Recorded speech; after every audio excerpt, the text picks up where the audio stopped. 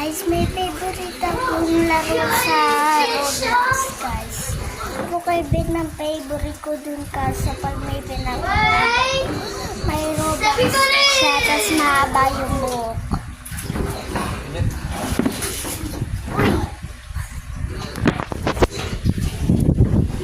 Guys, pag ginagawa ko sa bukay din, guys, naglalaro kami ng kapatid ko, diba? Example, yung kami sa bahay, yung sa Brookhaven,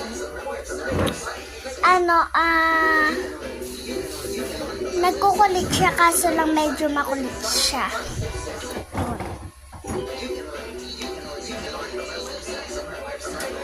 Tapos, guys, pag maliligo na, palagi kong sinusurprise yung kapatid ko. Ganon, sa Brookhaven.